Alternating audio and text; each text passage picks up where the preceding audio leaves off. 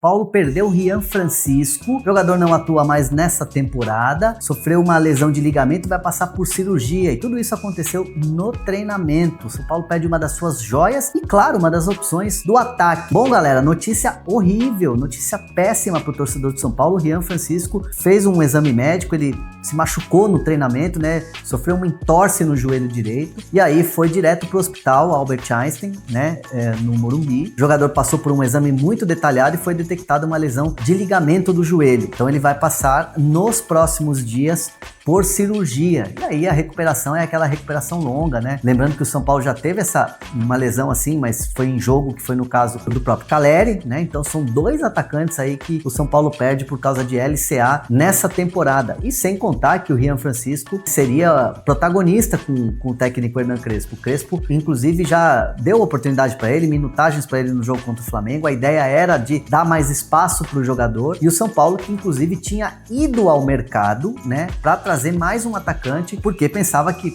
claro, obviamente tem o André Silva, tem o Rian Francisco muito jovem, mas um jogador que estava aí querendo espaço, e aí para você fortalecer o seu ataque, trouxe o Dineno. Mesmo porque aconteceu tudo muito agora, né, a direção ainda vai sentar com o Crespo, vai se reunir com o Crespo para ver se de repente vai ao mercado para tentar um jogador pro ataque, para você ter mais opções no ataque, 3 jogadores ali no ataque, mas isso vai depender, claro, de uma conversa com o técnico Hernan Crespo, diretoria. A gente sabe que a situação financeira tá bem complicada pro São Paulo, então é uma situação em que o São Paulo ainda vai discutir, mas fato é que internamente o clima ficou assim muito para baixo depois dessa notícia aí, dessa confirmação de lesão de ligamento do Rian Francisco, que é um jogador que tá treinando muito bem, inclusive. O Crespo ia dar protagonismo a ele, né? Era um jogador que a torcida já queria há muito tempo ver em campo. Basta ver aí quem acompanha o canal aqui, vai no Morumbi, sabe do que eu tô falando. O Rian Francisco sai para aquecer, a torcida começa a gritar Rian, pedir Rian.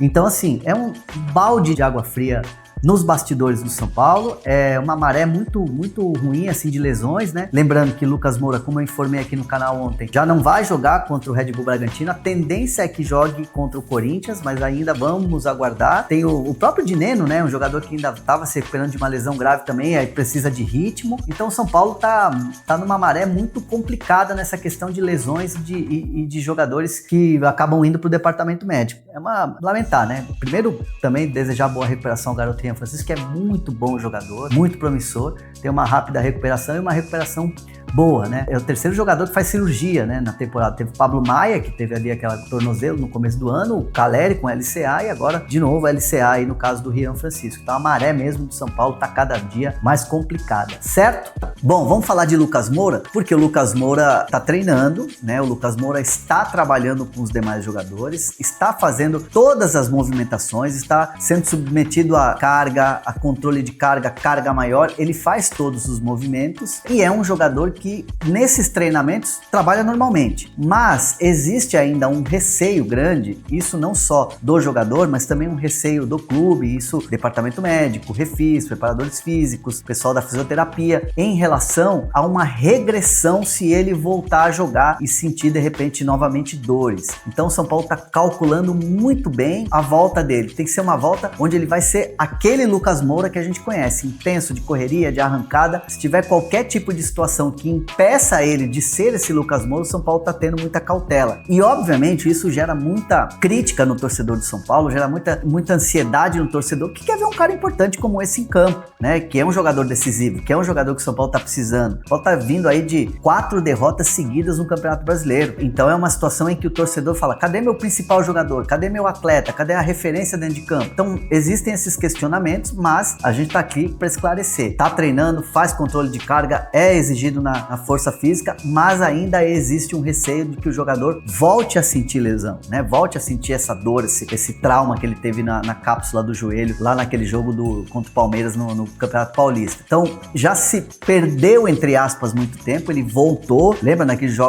jogos da Libertadores contra o Alianza Lima, voltou a sentir e aí teve que dar 10 passos atrás. Então, o São Paulo não quer isso, o Lucas Moura também não quer isso. Então, por isso que essa volta tá tendo cuidado, tá sendo cuidadosa. Mas Será que era alguma lesão mais séria? Alguma situação? Sim, de fato, pelo tempo, a gente tem que falar que foi uma lesão um pouco mais séria. A pancada foi muito grande, o próprio Lucas falou sobre isso e que foi uma pancada tipo como se fosse uma batida de carro. Então, de fato, teve um tempo a mais para a recuperação e que o São Paulo não quer que ele volte 10 casas atrás na recuperação para essa coisa de pressão de torcida, tem que jogar, né? Então vai ser tudo muito bem trabalhado, tudo muito bem conversado. Para esse jogo contra o Bragantino, o Red Bull Bragantino, ainda não há uma certeza. A terça-feira vai ser fundamental ele fazendo os trabalhos, ele não sentindo dor. E na conversa com os médicos, o Lucas falar, olha, não tô sentindo dor, tô pronto para ir pro jogo, vambora. Aí sim você pode colocar o Lucas Moura, de repente, alguns minutos contra o Red Bull Bragantino, mas isso não está garantido e pode ser sim até que ele não atue contra o Bragantino e de repente fica aí à disposição no fim de semana contra a equipe do Corinthians. E aí sim, tanto escalonado, com tempo, porque faz muito tempo que o Lucas Moura não joga, então também sente ritmo de jogo. Do lado pessoal, sem dúvida nenhuma, o Lucas está muito